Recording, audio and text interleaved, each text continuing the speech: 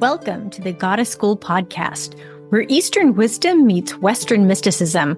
I'm your host, Lisa Marie Rankin, author, teacher, and Ayurvedic wellness coach, here to help you reclaim your feminine superpowers. And I am so glad you're here. Listen, women are magical. They are intuitive, creative, wise, and magnetic. However, in today's fast-paced world, these gifts often get buried under a more masculine way of life. Together, we'll awaken those powers. In each episode, I'll take you through sacred teachings like Ayurveda, shadow work, and the mysteries of archetypes and rituals, so you can live with more clarity, synchronicity, and joy in all realms of life, like relationships, health, money, and more. So let's dive in so you can make the most of your one mythic life. The veil is parting. Let's begin. The holiday season can sometimes feel chaotic and disconnected. But what if instead of rushing through it, racing against societal expectations, you use this time to slow down, reconnect, and rediscover the magic of this time? Today, we're talking about Yule, or Winter Solstice, and how this ancient tradition of light and renewal can be celebrated today. You'll learn to infuse seasonal rituals with meaning and intention to re-enchant the holiday and really your life. Let's dive in. Hello, beautiful women. I hope you are enjoying this holiday season. So when this episode releases, it will be a few days before Yule or the Winter Solstice. And that is what we are going to talk about today. I am very excited about this topic because I believe that when we look at these seasonal Sabbaths, and I will explain what a seasonal Sabbath is in just a moment, Winter Solstice or Yule, we have the opportunity to re-enchant our lives. And re-enchantment is something that I have been working with a lot lately in my life. It's how do I infuse these things that I do every day with more meaning, with more intention, with more magic? How do I create an experience that is about beauty, synchronicities into my life and really extend that to those who are around me? So my children, my partner, my family, the women in my community. I believe as women, one of our roles is that of the enchantress. And I think that is a beautiful archetype to step into because who doesn't want a little bit more magic in their lives? Now, how are you feeling this holiday season? And you can take a moment to reflect on that. I know that for much of my life, especially when my children were younger, the holiday seasons were challenging. It felt like something I just needed to get through. I needed to buy gifts. I needed to decorate. I needed to host, or I needed to bake cookies. But instead of it feeling like something I wanted to celebrate or this really joyous occasion, it really seemed like a long list of to-dos on top of my already seemingly overwhelming life. I remember I would almost be sighing with relief once the holiday season was over. Like, oh, I got through it. Now I can relax. And I think that's a little bit unfortunate, right? Because this is supposed to be a joyous time of year, not a time of racing against societal expectations. And that's really what I felt. There were a lot of expectations put on me. And I think these were just imagined expectations when my children were young. They didn't really have any, but I wanted everything to be perfect for them, or I wanted the house to look a certain way. I wanted to make sure everybody was happy with their gifts. So, of course, it was a little bit stressful. Today, I'm really excited to offer a new approach of how to enjoy and how to celebrate the holidays. One that can both honor the season and the meaning behind a lot of what it is that we're doing, but also rekindle our spirit. It's an opportunity for us to re-enchant our lives.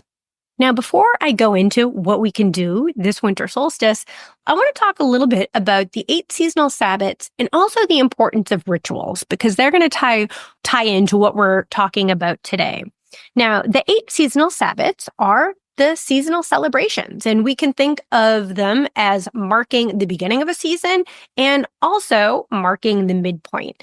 Now, if you're familiar with the Wheel of the Year, this was a calendar for many ancient traditions, like the pagan tradition, that would mark all of these different seasonal points.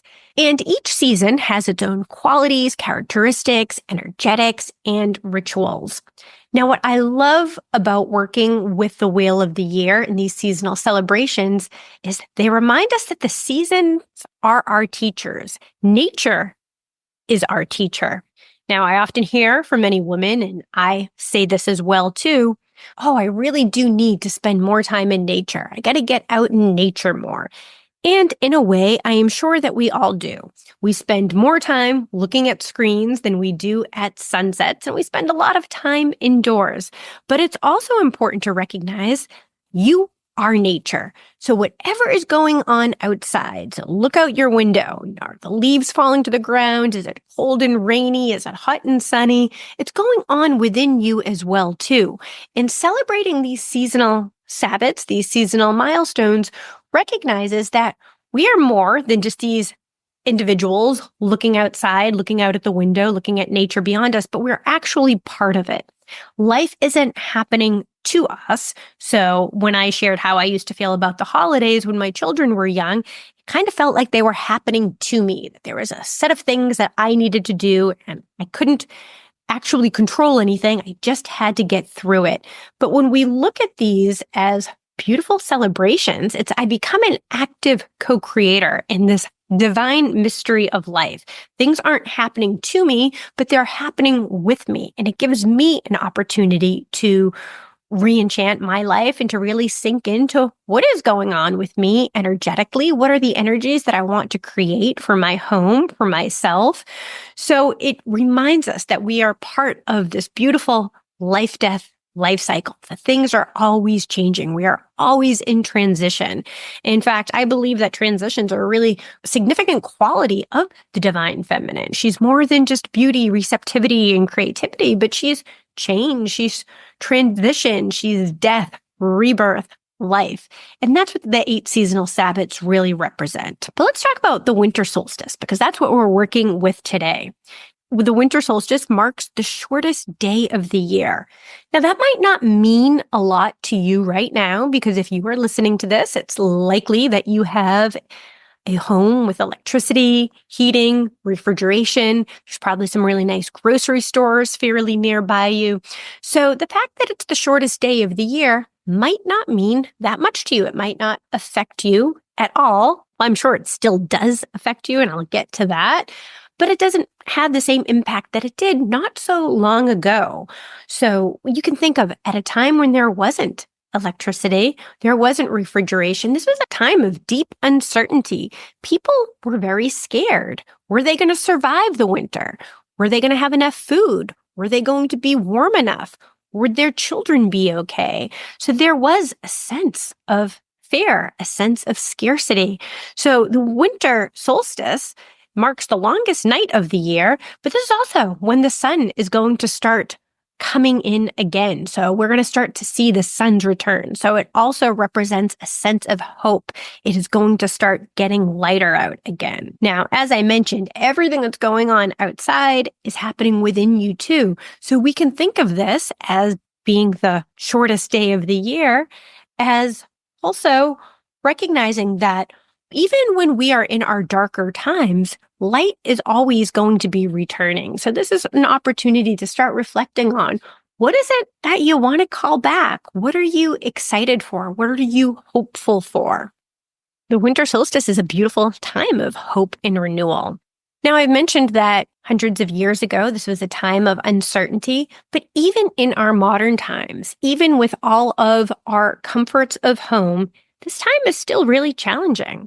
We see that depression is worse in the winters. Many people are affected by seasonal depression, and many people feel more isolated, and especially the elderly or those navigating loss. I know that there are many people close to me that the holiday season is challenging because they remember challenging times as a child. So it's not a joyous time. So sometimes we can feel a little bit more depressed because the days are so short, but also because of memories. So this is a time that we're naturally being called inward for introspection. It's almost that dark time of descent, but it's also a time to remember that there is light on its way as well, too. We celebrate the seasonal Sabbaths through rituals. Rituals are terribly important. Rituals really act as a bridge from the things that we do every day, so our everyday, mundane, earthly realm, and the sacred, the divine. Rituals help to expand our consciousness. So after completing a ritual, if we infuse it with intention and meaning and we go all in on it, our consciousness will have shifted. We will have expanded. Now, rituals work, but here's the thing. You have to believe they work. You can't half-ass them. You really have to go in there with intention and with recognizing that you are connecting to the sacred and you are connecting to the divine. Now, there's so many rituals for the winter solstice that you are likely already doing. So we don't need to necessarily add new rituals, but what we do need to do is to infuse them with meaning and infuse them with intention. One way we can start to do this is recognizing why these rituals were even created in the first place. Why did we even start doing them? So I want to share a few winter solstice rituals, and let's talk about their original intent and what they might mean in our modern times and how we can really use them to re-enchant our lives this holiday season. Now, the first one is lights. I remember as a kid, I would have my mom drive me around town like every Christmas season because I love the way the houses were decorated. And I love decorating my Christmas tree. I would always have colored lights. And I just thought they were so pretty. I still do. It's one of my favorite parts of this season. Now, lights were so important if we think hundreds of years ago because it was so dark. The lights really symbolized calling in the sun. It was almost like beckoning the sun, recognizing the sun's return. So lights were an important part. So as we are decorating or as we are lighting candles, we can also start to think, what is it that I want to call into my life? What would I like more of? Right? As we are getting ready for this beautiful holiday season, what do we want to invite in afterwards? Lights have also long been seen as a representation of the divine or sacred energy. So by lighting candles, we're actually inviting the presence of the divine into our homes and our hearts. I like to think of lights as I'm decorating my Christmas tree or as I'm lighting candles. It's almost like casting mini spells. Like, what is it that I desire? What is it that I want to call in? So really thinking of the lights as you're lighting them as a way of calling in the things that you desire, the things that you want more of, what you are looking for in the year ahead. The next ritual is bringing in greenery. So we've got Christmas trees, we've got wreaths, we've got poinsettias and kissing balls, and probably a whole lot of other greenery that we can bring in. Now, traditionally, this was because the evergreens represent resilience. And this is a time that you needed to be resilient to get through the winter, but we also need to be resilient just to get through our challenging lives. So as you decorate a tree, or if you don't do that, if you bring in greenery, think of that as a symbol of your strength. Maybe you reflect on some of the hardships that you've had through this year, but also the strength that you gained, the wisdom that you gained. Because often it can seem like, we're just going through one challenge after another, but take some time to reflect. This life is not easy. We all have our share of challenges about how strong you actually are, about what you've accomplished, about the wisdom that you've gained. So evergreens can really be a beautiful symbol of life and just resilience. Now, many traditions also believed that greenery brought in protection and blessings into the home. For example, holly was thought to ward off evil spirits, while ivy symbolized fidelity and growth. And by bringing in greenery indoors, because we're probably spending more time indoors in the winter, we are also reminding ourselves of nature. And again, not that we are outside of nature, but we're an integral part of it. So that's another reason that we bring greenery indoors. So as you start to bring more indoors this season, again, take some time to reflect on resilience, to reflect on strength as well, and maybe even protection. What is it that you would like protection from? The third ritual that we're going to talk about today is the ritual of gathering together. So there are so many holiday celebrations and parties for many. I remember when I was in the corporate world, it seemed like we had something every week throughout the month of December that, got a little tiring actually, but hopefully we can continue to make them festive and you get to also spend time with friends, family, loved ones. But if we think back, again, a couple of 100 years ago, when we didn't have all of the comforts at home, people gathered because communities wanted to come together to share resources, warmth, and companionship, because we are stronger together. We are stronger as a community. We are stronger as a tribe. So coming together for the winter wasn't just to celebrate, but it was also to survive, to recognize each other as a source of strength. And I think that's really important to do this holiday season as well. So as you are gathering, put away the smartphones, really be present with the people whom you are with and recognize them as a source of strength. I always like to say, make eye contact, recognize your fellow human being, and really think about what you are grateful for. Maybe you raise the conversation, ask them what they're calling in. What does the light symbolize to them? What would they like to call in on the year ahead? What are the hardships they've faced this year? What are they proud of? But see if you can deepen the conversation and again, recognize that we are more than just mere individuals, but we are part of a community. And as a collective, we're stronger and we don't just have to survive, we can also thrive.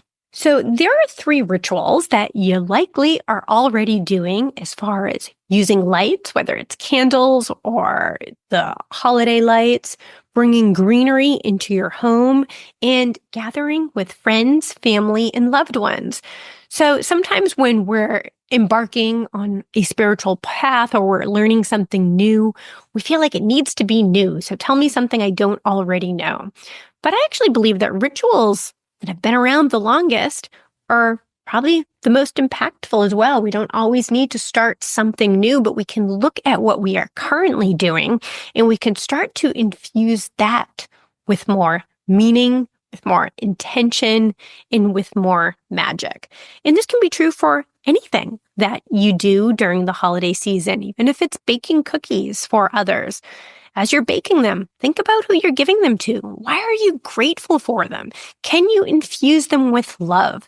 And that's what this concept of re-enchantment is all about. It's not about necessarily doing things differently, but doing things with more meaning, adding more beauty to your life.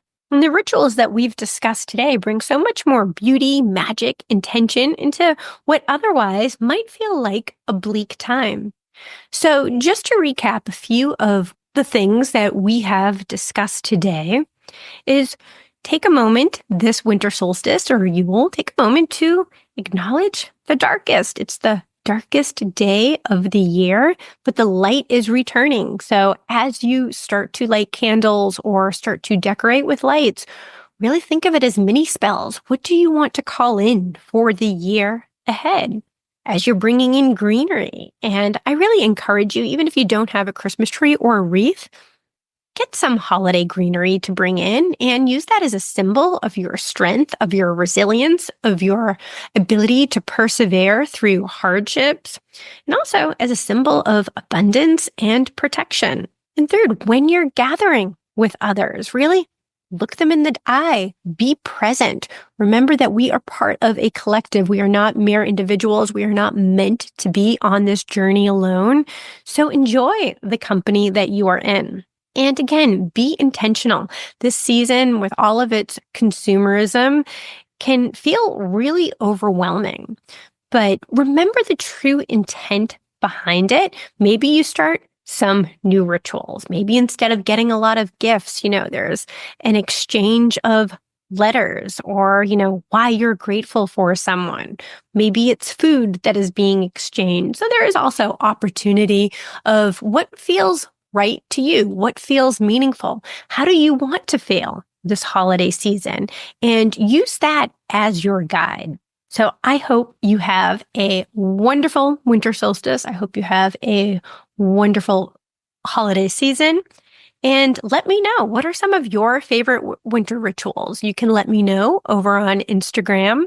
If you want to celebrate the seasonal Sabbaths with a community of women, that is what we do in Enlivened, my Divine Feminine Mystery School. So there is a link to the waitlist in the show notes, and would love to see you there. All right, beautiful women. I look forward to connecting with you sometime soon. Happy holidays. Thanks for tuning in to the Goddess School podcast. I hope today's episode inspired you to reclaim your feminine magic. Now, don't forget to subscribe to the show, and if you've enjoyed the podcast, please leave us a review on Apple.